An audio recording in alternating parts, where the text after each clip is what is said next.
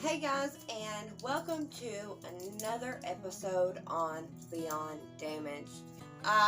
Just want to do a little side note here.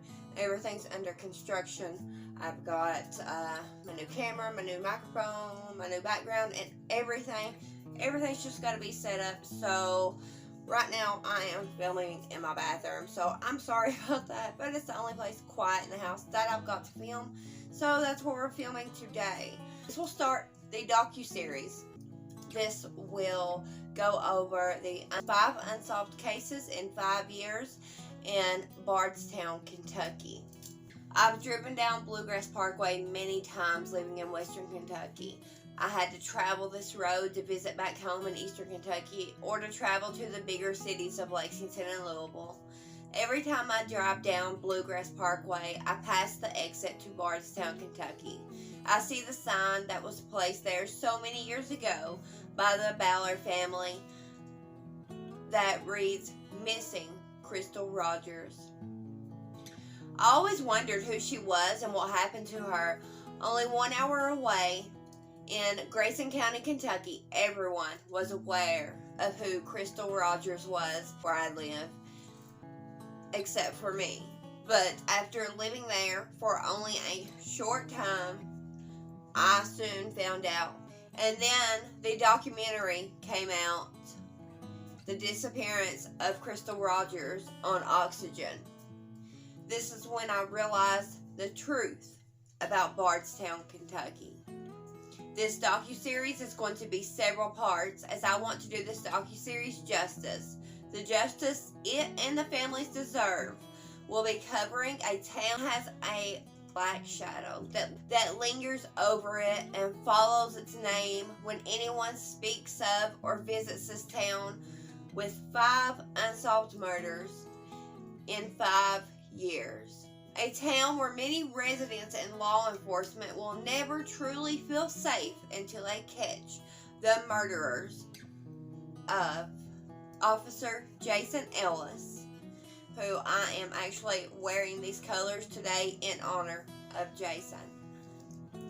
A father, husband, brother, and son who had joined Bardstown PD in 2006 and was Bardstown's only canine officer, headed home to his family, a wife and 2 boys, and his canine partner, Figo, who was ambushed and killed just off of the BG, which is the Bluegrass Highway. The locals call the Bluegrass Highway the BG, on exit 34 in 2013. Officer Jason Ellis is the only Bardstown police officer ever killed in the line of duty. 49-year-old Kathy and 16-year-old Samantha Netherland, a mother and a daughter, killed in their own home in Bardstown in 2014, leaving a 17-year-old child with no family and no hope of finding who has done this to her sister and to her mother. Crystal Rogers, a mother of 5 beautiful children, a sister and a daughter who went missing in 2015, who still hasn't been found, leaving her family to only wonder. And lastly, Tommy Ballard, who searched tirelessly for his missing daughter for 16 months before he was then killed in an open field just off of the BG while hunting with his grandson. It's believed Tommy was getting too close for comfort to the person responsible for Crystal's disappearance. The Ballard family plagued by heartache for the last 45 years since Sherry Ballard, sister of Tommy Ballard, and her unborn child were killed by her unborn child's father. We will be diving into each one of these disappearances and murders, keeping the story up to date and bringing awareness to these unsolved cases, and hope that these families will get answers. The Ellis family and Bardstown PD, who searched desperately for answers related to Jason's murder, unable to feel safe. Jason's wife and 2 children, along with other family members, no longer live in Bardstown or will even visit Bardstown, aside from exit 49 on the anniversary of Jason's death, lining it with lights, flags, and flowers, keeping his memory alive. Ellis Family, we stand with you in keeping Jason Ellis's story alive. A daughter who grieves for a mother and a sister who were ripped from her. A daughter who can only speculate what happened to her sister and mother. A daughter who must hear the whispers and rumors that she was somehow involved. Netherlands, we stand with you in keeping Kathy and Samantha's story alive. The Ballard family, who has lost 3 loved ones who are unable to grieve or heal because of the unknown. Sherry Ballard, a wife and a mother who searches tirelessly for the people responsible for the disappearances of her daughter and the murder of her husband. Ballard family, we stand with you, keeping Crystal and Tommy's story alive. Located in the heart of the Bluegrass State, Bardstown offers the ultimate getaway with an atmosphere that seems to have magically leapt from the paintings of Norman Rockwell and the pages of Mark Twain. In just an afternoon, one can easily understand why Rand McNally in USA Today declared Bardstown the most beautiful small town in America in 2012. Throughout Nelson County, there are more than 300 buildings on the National Register of Historic Places, with nearly 200 of them located in the historic downtown district. In fact, the stagecoach stop that was built in 1779 still stands today as a tavern, restaurant, and a bed and breakfast. The old Calvert Tavern, located just off Courthouse Square in the center of Bardstown, is part of the city's rich history. Several notable Americans passed through the tavern's doors, including famed frontiersman Daniel Boone and future 16th President Abraham Lincoln, as well as wanted fugitive Jesse James. It's not just the town structures that have stayed the same. You'll also find the friendly attitude and southern charm that can only be found in such a town. It's a place where neighbors still borrow cups of sugar. First settled by European Americans in 1780, Bardstown is the second oldest city in Kentucky, named county seat of the newly created Nelson County, Virginia in 1784. The town was formally established in 1788 and was incorporated by the State Assembly in 1838. It is named for the pioneering Bard brothers. David Bard obtained a 1,000-acre land grant in 1785 in what was then Jefferson County, Virginia, from Governor Patrick Henry William. Bard surveyed and plotted the town. It was originally chartered as Bardstown in 1788 and also known as Beardstown. Bardstown was also the first center of Catholicism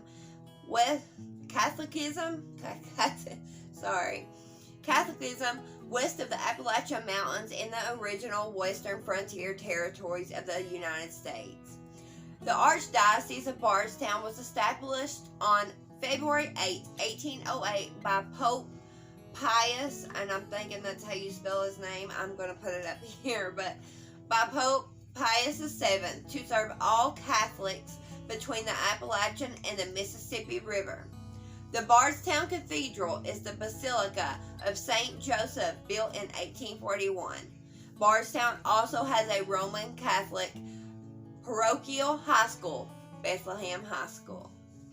Bardstown is the site of my old Kentucky home, State Park. Judge John Rowan and his wife commissioned the construction of a large mansion they named Federal Hill, which is the farm that inspired the Rowans' cousin Stephen Foster to write the song My Old Kentucky Home. Federal Hill is depicted on the reverse of the Kentucky State Quarter, issued in 2002.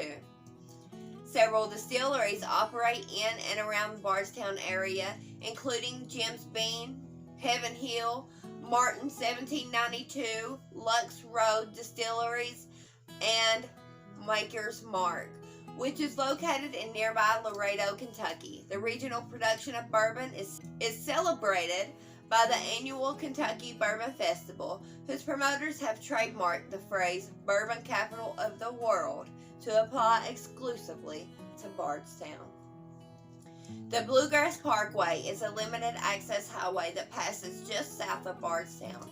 A part of the Kentucky Parkway system, the highway was formerly a paid toll road, but was removed in 1991 after its construction bonds had been paid off. Just like you, I see Bardstown and I think, wow, that would be a beautiful place to vacation, or even more to move and raise my family. But beware, Bardstown is not all it seems to be. While traveling the historic streets of Bardstown, stop and take a closer look. Lining lots of the store's windows in this quaint little town, you will see signs like this one that read, "Justice for Officer Jason Ellis. We want answers. Where is Crystal Rogers?" and many, many more. I searched and was actually able to find a lot of reviews written by Bardstown residents, so let's go over a few. So the first one rated Bardstown 3 stars. Welcoming environment, but not much to do for the younger ages besides movies and bowling alley. It is, however, a wonderful small town and lives up to its reputation of being the most beautiful small town in America. The next one gives it 2 stars. This community looks sweet and innocent by parents, but is very corrupt throughout the government, talking at least 2 handfuls of unsolved murders in the past 10 years. The amount of drugs and criminal activity is indicative of a larger city, not a small town of 13,000. If you have a small business like progressive ideas or safety, do yourself a favor and skip getting into the middle of this corruption. The next one gave Bardstown 4 stars. Overall, Bardstown is a good community to live in. We are named the most beautiful small town in America, which is a pretty big deal. However, the drug abuse in our town is a big issue, as well as some murders. Our school systems could be improved, but the majority of the schools are ran well. The next one, we've got another 3 stars. Bardstown is stapled as the most beautiful small town in America, and I would agree that Bardstown is the most beautiful on the outside. But is it on the inside with 4 major unsolved murders hanging over our heads every day? We wonder what is going to be done about this. We need answers.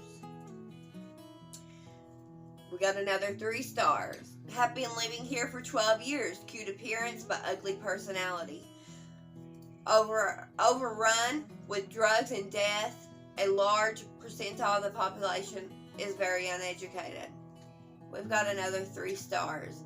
Bardstown is a very beautiful small town located near Elizabethtown and Louisville. I love living in Bardstown and love all the small shops downtown. But I wish that the town had more sit-down places such as O'Charlie's. And lastly, 3 stars. Bardstown is a beautiful town with some truly amazing people in it. However, with a recent turn of events, it is becoming less and less safe. 3 murders and a mother went missing in the span of just the last 3 to 4 years. I hope they are able to resolve these tragedies and bring a bit of closure to the families and friends of these individuals. My heart goes out to them. You can tell that a lot of these residents seem to be desperate for answers, unable to feel safe in their town until these cases are solved. As we see, there is a not so beautiful side of Bardstown. There is a drug epidemic that is scattered throughout Bardstown. Drug crimes happening daily, from using and overdosing to selling and murder-related drug crimes. There is also mention of gangs near Bardstown, specifically the Cornbread Gang, which we will dive deeply into later in the docuseries. As in all small towns, there is always talk of the good old boy system, as we call it down south. This is when you have people with more money who may be close to those who are in the branches of government, who run the town, who may not have to pay for their crimes as much as someone who didn't know any of these people. Therefore, they get away with quite a lot more than us normal people. Now, I'm not saying this is what's going on in Bardstown, Kentucky, but there is mention of it, and it often occurs in these small towns where everyone knows their neighbors and all of their business.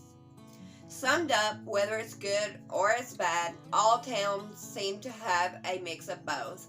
But what makes Bardstown different from others is the rate of their unsolved crimes. It's almost unsettling when you're driving through this quiet small town and you know that behind the beautiful exterior lays the secrets that will haunt Bardstown until the day that all these crimes are solved. I've done a little research into the crimes of Bardstown.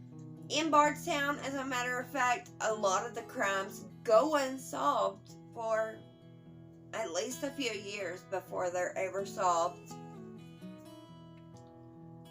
And again, we will dive more deeply into that later on in the docuseries. But that has to make us question, what is wrong with the justice system in Bardstown? Maybe there is not enough resources. Maybe there is not enough police officers to do the jobs that these crimes require. I think that many officers in Bardstown, Kentucky crave to have these crimes solved. But then I also think that you have a lot of officers in Bardstown, Kentucky that are involved in the crimes themselves. But that's just my opinion, even though there are cases that I will go over to show you guys instances where police officers were just as involved in the crimes as the citizens were. It might not be the 5 unsolved crimes that we're talking about, but there is a problem with the justice system in Bardstown. Next, we will be talking about the murder of Bardstown police officer Jason Ellis in